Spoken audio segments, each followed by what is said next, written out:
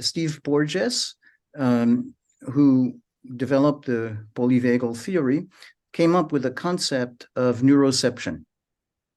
So he called it neuroception because he didn't want to call it perception. Perception is too associated with, in everyday language, with in some way perception related to cognition. And so what he wanted to say is it's something that, basically the nervous system at a bottom-up level, at a very organic level, picks up a sense of friendly presence versus threat. And at that very basic level, reacts. And so that reaction is, again, an organic response. And the perception of it, the way that we are become aware of it, is that sense of move away, attack, move closer, open up. So this is a very, very basic response, okay, that is based on something that you can understand has enormous survival value of telling us where there is danger or where there is love and connection, okay? Wonderful that we can connect with it.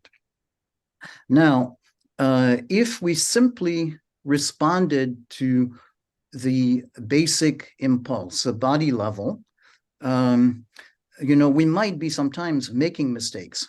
So in a state of nature, in the place where we evolved, in the circumstances where we evolved, it made tremendous sense to just respond to the instinct, respond to that neuroception, and follow the impulse.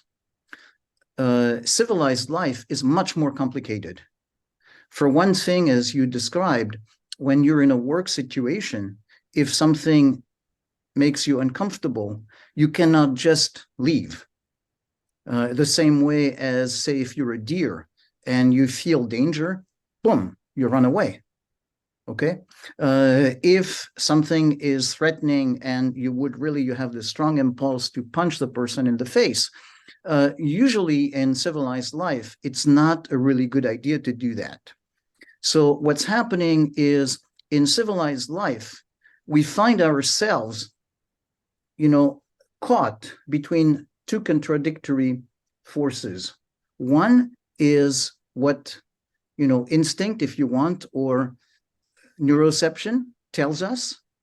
The other is actually what training, or to some way you could say repression, but it doesn't have to be repression in a bad way. It could be just education, tells us not to do. And so, there's a lot of energy coming up, but it's also immobilized, okay? Which is exactly, what the polyvagal theory describes as the intersection between sympathetic and dorsal. A lot of energy blocked, okay? So what do we do? And the idea of introducing some mindfulness into it. So if we observe what's happening in the body, the activity, the engagement into observing starts to activate the mindful engagement system, which is our mindfulness circuit.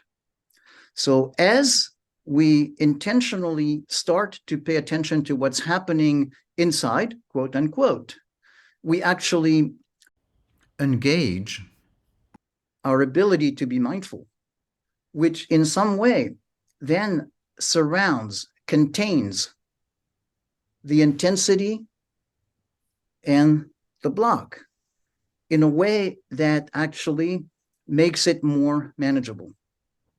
Because we have engaged our mindful activity, we're now more able to have the resources to change the situation instead of just either acting on it impulsively and doing something that's potentially destructive or staying immobilized.